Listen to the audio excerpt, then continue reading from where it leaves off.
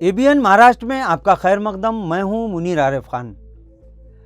नाजरीन, तारीखी शहर औरंगाबाद जिला, डिवीज़न और ताल्लुकों के नाम तब्दीली मामले पर गुज़िश्ता महीने बॉम्बे हाईकोर्ट की जानिब से जो फैसला दिया गया, जिसमें महाराष्ट्र की ट्रिपल इंजन सरकार के फैसले को दुरुस्त करार देते हुए अदालत ने नाम तब्दीली पर गोया अपनी मोहर सख्त कर दी।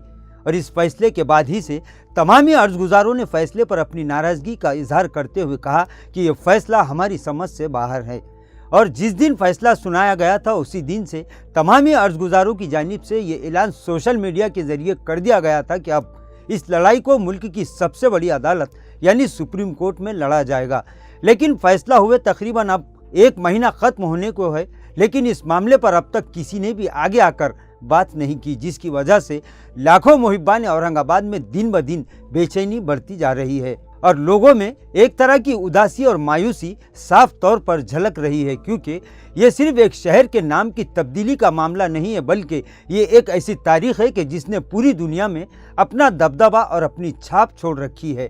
इसी नाम पर पूरी दुनिया से लोग इस तारीखी शहर के तारीखी असासों का नज़ारा करने के लिए यहाँ आते हैं और इंतज़ामिया और हुकूमत को इसी नाम पर सालाना करोड़ों रुपयों की दौलत समेटने का मौका भी मिलता है। खैर, गुज़िश्ता दिन इस मामले पर अब एक नई बात निकल कर सामने आई है। दरअसल लोक विकास परिषद के सदर अब्दुल वाहिद ने इस मामले को लेकर सोशल मीडिया पर बड़ा बयान दिया है।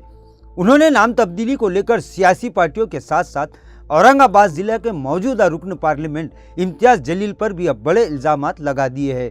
अब्दुल वाहिद ने यह भी कहा कि नाम तब्दीली मामले पर कलेक्टर ऑफिस के सामने एमपी साहब की जानिब से की गई अलामती हड़ताल महज एक तमाशा और नौटंकी थी। इसी तरह उन्होंने ये भी इल्ज़ाम लगाया कि पार्लियामेंट में 140 सवालात उठाने का ढिंढोरा पीटने वाली ये पार्टी जवाब दे कि इसने हमारी 400 साल तारीख को बचाने के लिए पार्लियामेंट में आवाज़ क्यों नहीं उठाई। इसी तरह अब्दुल वाहिद से मीडिया के नुमाइंदे ने जब ये सवाल किया कि आप ये इल्ज़ाम लगा रहे हैं कि रुकन पार्लियामेंट ने इस बारे में कुछ नहीं किया, जबकि आप खुद ये भी कह रहे हैं कि उन्होंने कलेक्टर ऑफिस के सामने कई दिनों तक हड़ताल की थी, जिस पर मीडिया के रूबरू बात करते हुए लोक विकास परिषद के सदर अब्दुल वाहिद ने यहाँ तक कह दिया कि दफ्तरों और सड़कों पर एहतजाज और मुजाहरे करना और हड़तालें करना हमारा यानी आवाम का काम है, सत्ता में रहने वालों का नहीं। यानी एक रुकन पार्लियामेंट का ये काम नहीं है कि वो रास्तों पर तमाशा करे, बल्कि एमपी की जिम्मेदारी ये है कि जो लोग अपने मसाइल के लिए धरने आंदोलन करते हैं इस पर वहीं बात करें जहां पर आवाम बात नहीं कर सकती, यानी ऐवान पार्लियामेंट में।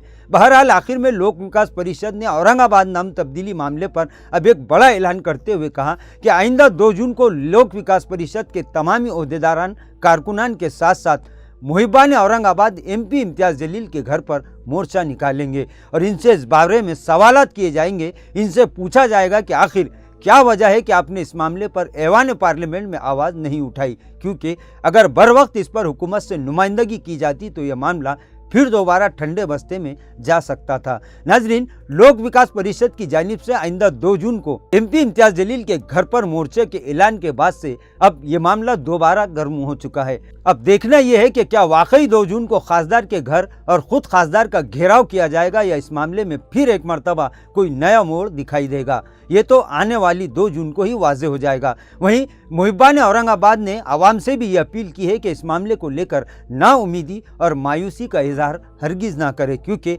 उम्मीद ही पर दुनिया कायम है और ये बात तो हर कोई जानता है कि हम जिस तरह का गुमान करेंगे अल्लाह का फैसला भी उसी के मुताबिक होगा।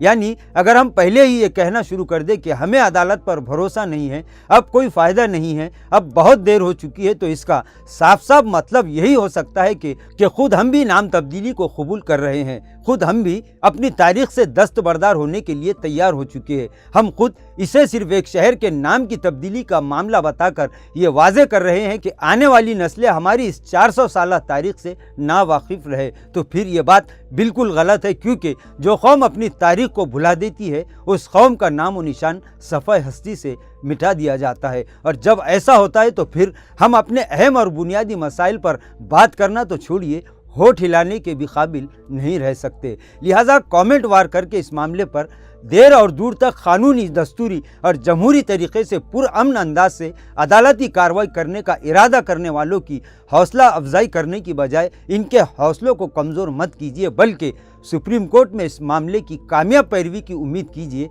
वरना अगर इतनी ही नाउमीदी और मायूसी है तो फिर अपने ही हाथों से अपने घरों और अपनी दुकानों पर नाम तब्दील करके तहरीर कर दीजिए। नाजरीन, आज के लिए बस इतना ही। कल फिर मुलाकात होगी कुछ नई खबरों के साथ।